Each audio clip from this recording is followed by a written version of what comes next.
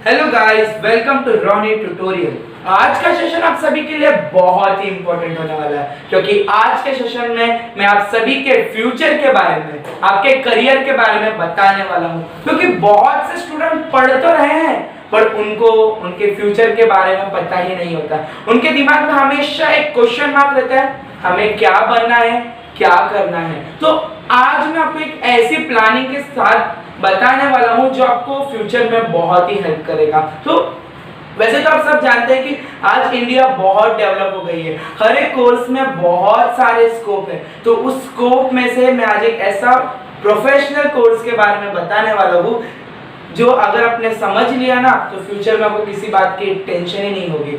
और स्टार्ट करने से पहले अगर अभी तक आपने मेरे चैनल को सब्सक्राइब नहीं किया, please go and subscribe my channel and click on bell icon for more interesting video and detailed videos. So समय ज्यादा नहीं लेते हुए वीडियो स्टार्ट करते हैं। चलो स्टार्ट। तो दोस्तों, आज मैं कैसे प्रोफेशनल कोर्स के बारे में बताने वाला हूँ जिसके बारे में अगर आपको पता चल गया ना तो आप कभी भूखे मरोगे ही नहीं। क्यों? क्योंकि आज इस पैंडेमिक में सारे सेक्टर बंद थे, बट वही एक ऐसा सेक्टर था जो खुला था जिसका नाम है फार्मेसी। फार्मेसी वो नहीं जहां पर आप एग्रीकल्चर सीखोगे या फार्मा बोला तो फार्म, पोल्ट्री फार्म ना।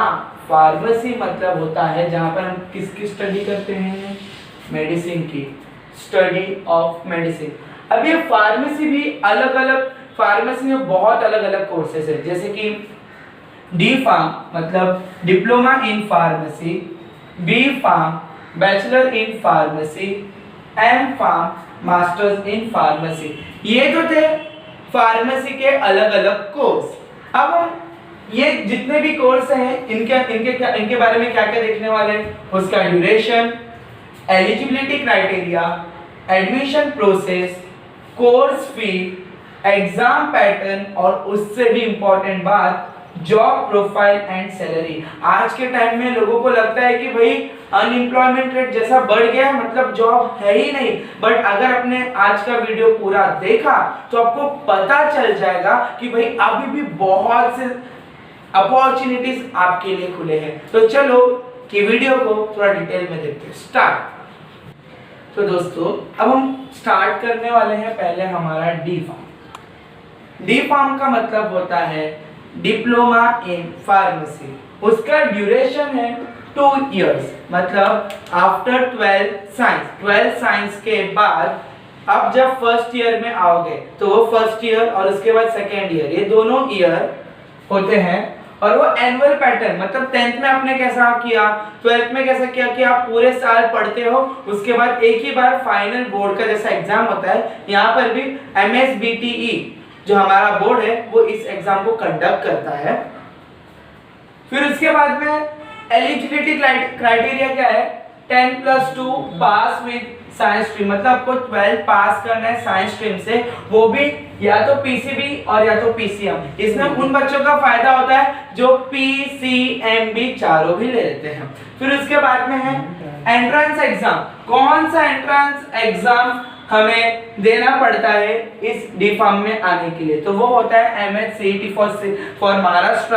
हर स्टेट का अपना अपना CET होता है, तो आप उसे भी दे सकते हैं। उसके बाद आता है एडमिशन प्रोसेस। गाइस देखो, ये सबसे ज्यादा इंपॉर्टेंट है। एडमिशन प्रोसेस कौन कौन से बेसिस पे होता है। पहला तो बेस्ड ऑन मेरिट परसेंट, जो आपका परसेंटेज आता है, जो आपका एग्रीगेट परसेंटेज आता है, उसके बेसिस पे आपको डी फार्मेसी में एडमिशन मिलता है। जैसे कि ओपन के लिए मिनिमम 50% चाहिए ही चाहिए। ओपन वालों के लिए 50% is compulsory. OBC, SC, ST के लिए 40% मिनिमम चाहिए डी फार्म के लिए। मैं एग्रीगेट की बात कर रहा हूं, डरना मत। अगर आपको इसमें पीसीएम में भी आपको अच्छा मार्क्स है और पीसीबी में भी अच्छा मार्क्स है ना, कभी कभी कैसा होता है बच्चे लोगों को फार्मेसी में जाना है, उनको लगता है कि भाई बायोलॉजी में अच्छा चाहिए, ऐसा कुछ नहीं। आपको पीसीएम में भी अच्छा आ गया ना, फिर भी आप इस कोर्स के लिए एलिजिबल हो जाते हो। फिर आता है डायरेक्ट एडमिशन। बहुत सारे बच्चे ऐसे होते हैं जिनका परसेंट कम आता है, तो बहुत सारे कॉलेजेस ऐसे हैं हमारे पूरे इंडिया में जो डोनेशन के बेसिस पे आपको एडमिशन देते हो। तो अगर आप ज्यादा पैसे वाले हो, कम पढ़ाई करते हो, तो आप डोनेशन के लिए भी जा सकते हो।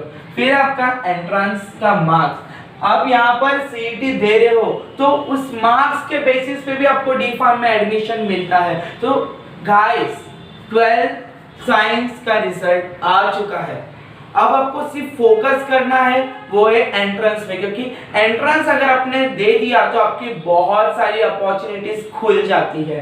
फिर उसके बाद में दोस्तों आता है कोर्स फी। अगर आपने डी फार्म लिया, सोचा डी फार्म करने का, तो जब आप गूगल पे जाओगे ना तो आपको फीस बहुत कम लगी, ऐसा फीस लिखा होता है 20,000 30,000, पर रियलिटी ऐसी नहीं है।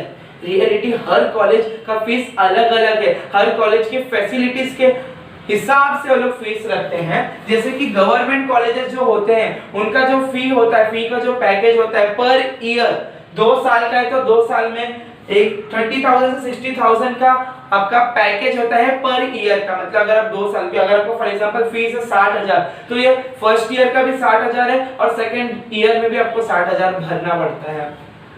और प्राइवेट कॉलेजेस के लिए शुरुआत ही 50,000 से होती है और वो 1.5 लाख उससे भी ज्यादा कॉलेज के डिपेंड पे होता है हर एक चीजें। तो ये भी पर ईयर, अगर आपका फर्स्ट ईयर में आपका 50,000 फीस है तो सेकंड ईयर में भी आपको 50,000 भरना पड़ेगा।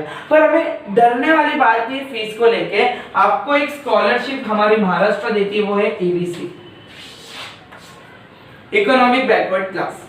ईबीसी एक ऐसा है ओपन वालों के लिए बहुत प्रॉफिटेबल है। क्यों? क्योंकि वहां पर आपका 50% जो ट्यूशन फी है वो माफ हो जाता है। मतलब अगर आपका फीस 60,000 है स्टार्टिंग में, तो आपको 30,000 बाद में भरना पड़ेगा। और कास्ट वालों के लिए तो चांदी ही चांदी होती है, क्योंकि उनका जो फीस होता है वो 10,000 के अंदर ही हो जाता है, चाहे वो गवर्नमेंट कॉलेज में हो। और अगर प्राइवेट भी हो, ईबीसी वगैरह भी हो, फिर भी उनका 10-15 से ज्यादा तो लगने वाला ही नहीं होता है। तो उन लोगों के लिए एक अच्छा हो जाता है। फिर उसके बाद में आता है आपका एग्जाम पैटर्न। एग्जाम पैटर्न दोस्तों देखो, आप फार्मेसी के फील्ड में जितना आपको थियोरी का नॉलेज होना चाहिए उतना ही आपको प्रैक्टिकल का नॉलेज ही होना चाहिए। इक्वल दोनों को अगर आपने एक साथ सीख लिया तो आपको फार्मेसी बहुत आगे लेके जाएगा। अब इसमें होता है थियरी और प्रैक्टिकल, और ये थियरी और प्रैक्टिकल जो होता है ये 80-20 के पैटर्न के हिसाब से। जो डी फार्मेसी है आपका, इसमें क्या होता है, आपके कॉलेज में जब आप कोई भी कॉलेज में एडमिशन लेते हो तो यूटी जैसे 20 मार्क्स का होता है, वैसे लोग पूरे साल में 3 सेशन लेते हैं 20-20-20 का। और इस 20-20 में से किसी तीन सेशन में से किसी 2 सेशनर जो आपने अच्छा स्कोर किया है उसके ही मार्क्स काउंट होते हैं उस 20 मार्क्स के लिए, और 80 मार्क्स के लिए आपको ये थियरी देना पड़ता है। तो ये था आपका डी फार्मेसी का। मैंने अभी तक जॉब प्रोफाइल और सैलरी बताया नहीं, क्योंकि मैं अभी बी फार्म के भी बारे में थोड़ा सा बता दूंगा, उनका भी ये सारा प्रोसेस बता दूंगा, फिर दोनों को मर्ज करके जॉब प्रोफाइल और सैलरी को अच्छे से बताऊंगा। तो चलो आगे चलते हैं। अब स्टार्ट करते हैं डी फार्मेसी। डी फार्मेसी और बी फार्मेसी में ज्यादा फर्क नहीं है, नाम का जैसा फर्क है वैसे ही कोर्स का भी थोड़ा सा ही फर्क है। डी मतलब था diploma in pharmacy, B pharma मतलब बैचलर की डिग्री, बैचलर मतलब ग्रेजुएशन आप बी फार्मेसी में करते हो। अब उसका ड्यूरेशन क्या है, 4 इयर्स। 4 इयर्स में भी ये सेमेस्टर पैटर्न है। डी फार्मेसी एनुअल पैटर्न था, एक ही बार डायरेक्ट बोर्ड का एग्जाम हो जाता था। यहाँ पर ऐसा नहीं है, 6 मंथ में पैटर्न चेंज होते हैं। और वो टोटल कितना सेम कन्वर्ट होता है, 8 सेम। मतलब 1 साल में आपका 2 एग्जाम होगा, तो 4 साल में 8 सेमेस्टर आपके होंगे। उसकी एलिजिबिलिटी भी सेम है, आपको 12 पास करना पड़ेगा साइंस स्ट्रीम से, पीसीबी और पीसीएम लेना पड़ेगा। एंट्रेंस एग्जाम अगर आपको जो देना है वो सीईटी, और अब आ गया है नीट। दोस्तों बहुत सारे बच्चे नीट का प्रिपेयर करते हैं, मैं तो आपको बोलूंगा नीट बहुत अच्छे से करो, क्योंकि अपने नीट अच्छे से किया ना तो सीईटी आपका बहुत अच्छे से जाएगा। और सीईटी अच्छा गया तो भाई ये कोर्सेज लेने के लिए आपको कोई हार्ड नहीं होगा। क्योंकि बच्चे लोग ये प्लानिंग करते हैं, बचपन से सपना देखते हैं मुझे डॉक्टर बनना है, डॉक्टर बनना है, डॉक्टर बनना है। दोस्तों बहुत से लोग इसको अपना एम्बिशन बनाने के लिए वर्क करते हैं। तो एम्बिशन बनाने के लिए उनकी जो प्रोसेस होता है ना वो 10th से ही चालू हो जाता है। 10th में वो लोग अपना माइंड से प्रिपेयर कर लेते हैं, 11th 12th उनके वो लोग अपने एम्बिशन पे फोकस करते हैं। पर बहुत सारे बच्चे होते हैं जो एम्बिशन पे फोकस नहीं कर पाते, उनको डायरेक्शन नहीं मिलता, तो अभी भी टाइम नहीं गया है। 12th साइंस का रिजल्ट आ गया ना, परसेंटेज जो भी आया ध्यान मत दो, अब फोकस करो नीट या सीईटी के लिए, शुरू हो जाओ। अब उसके बाद है admission process, same admission process है, आपको मेरिट के बेसिस पे मिल सकता है। डायरेक्ट एडमिशन मतलब डोनेशन वाले, जहां पैसा वहां हम, ऐसा भी लोग हैं। एंट्रेंस मार्क्स, एंट्रेंस मार्क्स वहां पर नीट का भी मार्क्स भी काउंट होता है, सीईटी का भी मार्क्स काउंट हो जाता है। अब सेम है, ओपन के लिए 50% minimum aggregate, OBC SC ST के लिए 40%। अब आता है कोर्स का फी, जो कोर्स का फी जैसे मैंने गवर्नमेंट एंड प्राइवेट कॉलेजेस का बताया, जैसा डी फार्म का था वैसा ही है, ज्यादा डिफरेंस नहीं है। और अगर डिफरेंस हो गया तो एक आध कॉलेज का थोड़ा मोड़ा है, प्राइवेट कॉलेज है तो भाई वो 2 लाख 2.5 लाख 3 लाख भी ले लेते हैं। तो कोशिश करो कि गवर्नमेंट कॉलेज के लिए प्रिपेयर करो, तो ऐसा मार्क्स तो है कि प्राइवेट कॉलेज में भी अच्छे कॉलेज में मिलेगा तो आपका थोड़ा पैसा कम लग जाएगा। फिर उसके बाद में यहाँ पर भी ईबीसी का प्रोसेस है, तो अगर आपका 70,000 80 लाख 1,20,000 भी अगर आपका फीस है तो ईबीसी की वजह से 1,20,000 का मतलब हाफ 60,000 ही आपको भरना पड़ेगा। फिर उसके बाद में सेम एग्जाम पैटर्न भी थियरी एंड प्रैक्टिकल है। तो दोस्तों डी और बी में ज्यादा फर्क नहीं है, पर मैं आपको एक बात बताता हूँ, अगर आप डी करके बी में आते हो ना तो आपका सिर्फ 3 साल है, वैसे तो कोर्स 4 साल का है। डी में अगर आपने आपका डी का 2 साल यहाँ पर किया, 2 इयर्स डी का, तो डी के बाद जब इधर बी में आते हो, बी में तो आपको डायरेक्ट सेकेंड ईयर में एडमिशन मिलता है। तो सेकेंड में मिला second, third and fourth year, मतलब ये 3 साल, 3 और 2 5। देखो दोस्तों वैसे तो बी और डी के डिग्री के लिए 6 साल लगना चाहिए, डी का 2, बी का 4, 6, बट यहाँ पर ऐसा प्रॉफिट है कि अगर आप डी करके बी करते हो तो 5 साल में आपको एक नहीं 2 डिग्री मिल जाती है। आपका जो सर्टिफिकेट है इसके ऊपर लिख के आएगा डी फार्म बी फार्म, मतलब सोचो 5 साल में 2 डिग्री आपको आराम से हासिल होगी। तो आप डी फार्म को कोई छोटा मोटा मत समझिए। अब हम चलते हैं जॉब प्रोफाइल के ऊपर और सैलरी के ऊपर, क्योंकि सबसे ज्यादा इंपॉर्टेंट वो है। और उससे भी इंपॉर्टेंट बात, एमबीए एम फार्म को हम थोड़ा डिटेल में अगले वीडियोस में देखेंगे, अभी मैं सिर्फ डी और बी को अच्छे से फोकस करना चाहता हूं। तो चलो जॉब प्रोफाइल की ओर बढ़ते हैं। अब आते हैं सेशन के सबसे लास्ट पार्ट पर, वो है job profile and salary.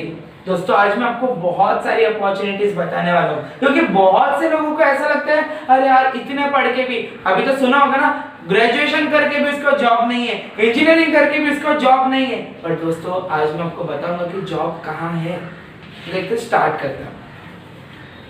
D pharm and B pharm के बाद आप कहाँ जा सकते हो, वो है government sector, private sector and other. अब गवर्नमेंट सेक्टर में आप कहाँ जा सकते हो, अगर अपने डी फार्म है बी फार्म है तो डी फार्म बी फार्म करने के बाद आप एग्जाम देते हो गवर्नमेंट का। अगर आप वो एग्जाम को क्लियर कर पाते हो, जितना लोग ने एलिजिबिलिटी मार्क्स बोला है, अगर आप उतना क्रैक कर पाते हो तो आप कहाँ पर एडमिशन ले सकते हो, आप जॉब कर सकते हो रेलवे हॉस्पिटल्स में। बहुत सारे रेलवे हॉस्पिटल्स है, और आज के टाइम में ऐसा पैंडेमिक आ गया जहां पर आगे चल के तो फार्मासिस्ट को बहुत जरूरत होने वाली है, जहां वहां फार्मासिस्ट ही लगने वाले हैं, तो रेलवे हॉस्पिटल में आपको बहुत हेल्प मिल सकती है। फिर गवर्नमेंट हॉस्पिटल्स एंड क्लिनिक्स, बहुत सारे बीएमसी वगैरह के हॉस्पिटल्स होते हैं, म्युनिसिपल कॉर्पोरेशन के हॉस्पिटल्स होते हैं, तो आप सिविल हॉस्पिटल्स होते हैं, तो आप वहां पर भी अपना जॉब स्टार्ट कर सकते हो। क्लिनिक्स मतलब बहुत सारे लेबोरेटरीज वगैरह में भी आप लोगों की हेल्प लगती है। फिर ईएसआईएस, आर्मी, नेवी, बहुत सारे बच्चों का सपना होता है हमें आर्मी में जाना है, हमें नेवी में जाना है, पर कुछ ऐसे प्रोसेस होते हैं जहां पर आप क्लियर नहीं कर पाते कि यार मैं नेवी में जाऊं, आर्मी में जाऊं कि कहां जाऊं। बट फार्मेसी करने के बाद भी आपको आर्मी नेवी में चांस मिलता है एज अ फार्मासिस्ट, और उसमें बहुत सारे हेल्थ केयर सिस्टम में वो लोग आपको यूज कर सकते हैं।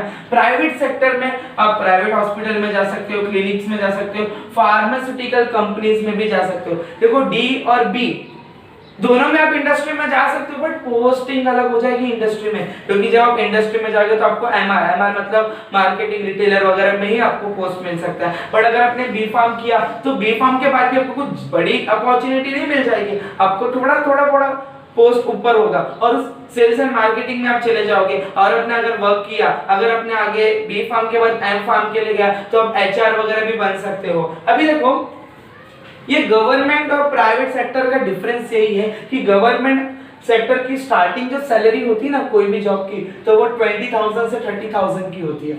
और ऐसा नहीं है कि 20,000 30,000 तो बस हो गया ना, डे बाय डे वो इंक्रीज होता जाता है। और आज तो डिमांड है तो इंक्रीज होने के चांसेस बहुत ज्यादा लग रहे हैं। फिर उसके बाद में प्राइवेट सेक्टर का स्टार्टिंग 10 to 15,000 ही होता है, पर डरने वाली बात नहीं, आप प्राइवेट सेक्टर में भी बहुत कमा सकते हो। उसके लिए आपको सिर्फ मेहनत करना पड़ेगा। फिर आपका अदर। दोस्तों अगर आप जॉब नहीं करना चाहते ना तो आप सबसे बेस्ट जगह पे हो, इंटरप्रेनर बन सकते हो। आज के टाइम में डिजिटल दुनिया में आपको इंटरप्रेनर का चांस मिला है। अब क्या कर सकते हो, अगर आपके पास पैसे हैं, पैसा नहीं है तो आपको डरने वाली बात नहीं। आपको ये डी फार्म बी फार्म करने के बाद लाइसेंस मिल जाता है, लाइसेंस के बेसिस पे आप लोन ले सकते हो। आजकल तो मेडिकल फील्ड वालों का अच्छी खासे लोन मिल पा रहा है, जिसके वजह से वो अपना खुद का एक मेडिकल स्टोर डाल सकते हैं, और स्मार्ट मेडिकल स्टोर। तो आप इंटरप्रेनर एज अ होलसेलर, आप होलसेल एंड एजेंसी बना सकते हो, होलसेलर के रूप में डिस्ट्रीब्यूटर का काम कर सकते हो। Chemist and druggist, chemist and druggist मतलब ही होता है फार्मेसी का शॉप, मतलब आपके लिए अपॉर्चुनिटी कहीं भी बंद नहीं हुई है। और इसका तो सैलरी मैं बोल ही नहीं सकता, यू आर द ओनर, आपके ऊपर है आप कितना कमा सकते हैं, आपके प्लानिंग आपके मैनेजमेंट के ऊपर है कि आप अपने सैलरी को कितना बढ़ा सकते हो। अब डी और बी दोनों सेम ही है, तो मैं 2 साल ही करूँ ना, 4 साल की जरूरत क्या है? ऐसा नहीं है। अब मैं आपको डिफरेंस बताने वाला हूँ। अब तक तो मैंने आपको दोनों चीजें एक साथ बता दी, पर मैं अभी आपको एक बहुत बड़ा डिफरेंस बताने वाला हूँ डी और बी के लिए। तो वो है, बी करना मतलब हो जाता है ग्रेजुएशन कंप्लीट। अब ग्रेजुएशन कंप्लीट के बाद अब जो सबसे बेस्ट जो हाई पोस्ट है, जैसे कि ड्रग इंस्पेक्टर जो यूपीएससी करके दे सकते हैं, तो आप ड्रग इंस्पेक्टर के लिए भी जा सकते हो, अब फूड इंस्पेक्टर के लिए भी जा सकते हो। उससे भी इंपॉर्टेंट बात दोस्तों, अगर कोई भी बड़े एग्जाम के लिए चाहिए क्या होता है? ग्रेजुएशन, मतलब बी फार्म किया मतलब ग्रेजुएशन कंप्लीट किया। ग्रेजुएशन कंप्लीट करने के बाद यूपीएससी फिर से अपने सपने पे आ सकते हो, आईएएस आईपीएस सब आराम से बन सकते हो। उसके लिए मेहनत बहुत जरूरत है। अगर मैं आराम से बोल रहा हूँ इसका ये मतलब नहीं सोया और सवेरे बन गया ना, you have to work hard, you have to plan, आपको टारगेट बनाना पड़ेगा। अब इवन इंडस्ट्री भी बहुत सारे बस, अगर मैं इंडस्ट्री का नाम लिया तो हंस देता है, मैं इंडस्ट्री लगता ही नहीं, ऐसा नहीं। प्लानिंग करो, सोचो, ट्राई करो, तो हर चीजें पॉसिबल है। और बात रही सैलरीज की, तो देखो ये तो मैंने छोटे मोटे सैलरी बताया, इसके बाद भी बहुत सारे पोस्ट है। तो सैलरी किसके ऊपर डिपेंड होती है मालूम है? आपके जॉब प्रोफाइल पे, आपको कौन सा पोस्ट मिला है। बहुत सारे कैंपस इंटरव्यू में आपका प्लेसमेंट हो जाता है, तो वो लोग एक पैकेज बताते हैं, उस पैकेज के हिसाब से आपको सैलरी मिलती है। और अगर आपको सैलरी किसके ऊपर डिपेंड करती है? आपके जॉब का लोकेशन, कहां पर है जॉब। अगर सिटी एरिया में है बड़े पैमाने पे, तो आपका पोस्ट के हिसाब से आपका सैलरी भी बढ़ जाता है। दोस्तों ये सारी चीजें तो थी बट मैंने आपको बताया था लास्ट एम फार्म 2 साल का होता है। अब एम फार्म, अब बी फार्म के बाद या तो एम फार्म या तो एमबीए के लिए जा सकते हो। एमबीए में भी एक फार्मा एमबीए होता है, कोर एमबीए होते हैं, बहुत सारे हैं। तो अगर आपको बाकी एम फार्म और एमबीए को डिटेल में देखना चाहते हो तो मेरे इस चैनल को सब्सक्राइब करो कि जब मेरा नेक्स्ट वीडियो आए तो आपको नोटिफिकेशन मिल जाए, और जिससे कि आप फार्मेसी को और डिटेल में जान पाओगे। होप सो गाइस, ये जितना भी चीज मैंने आपको बताया आपको समझा होगा। अगर समझा है तो मेरे चैनल को सब्सक्राइब कीजिए, लाइक कीजिए, और हाँ अगर आपको कुछ क्वेरीज है तो आप मेरे इंस्टाग्राम पे जाके मुझे फॉलो करके मुझे मैसेज कर सकते हैं। आपको जो इंफॉर्मेशन चाहिए, जो कोर्स के बारे में इंफॉर्मेशन चाहिए, आप मुझे बोलकर ले सकते हैं। और अगर मेरे बाकी के वीडियोस देखना चाहते हो फार्मेसी से रिलेटेड, तो मैंने मेरे नीचे डिस्क्रिप्शन बॉक्स में दिया है, आप वहां पर जाके देख सकते हो। Thank you.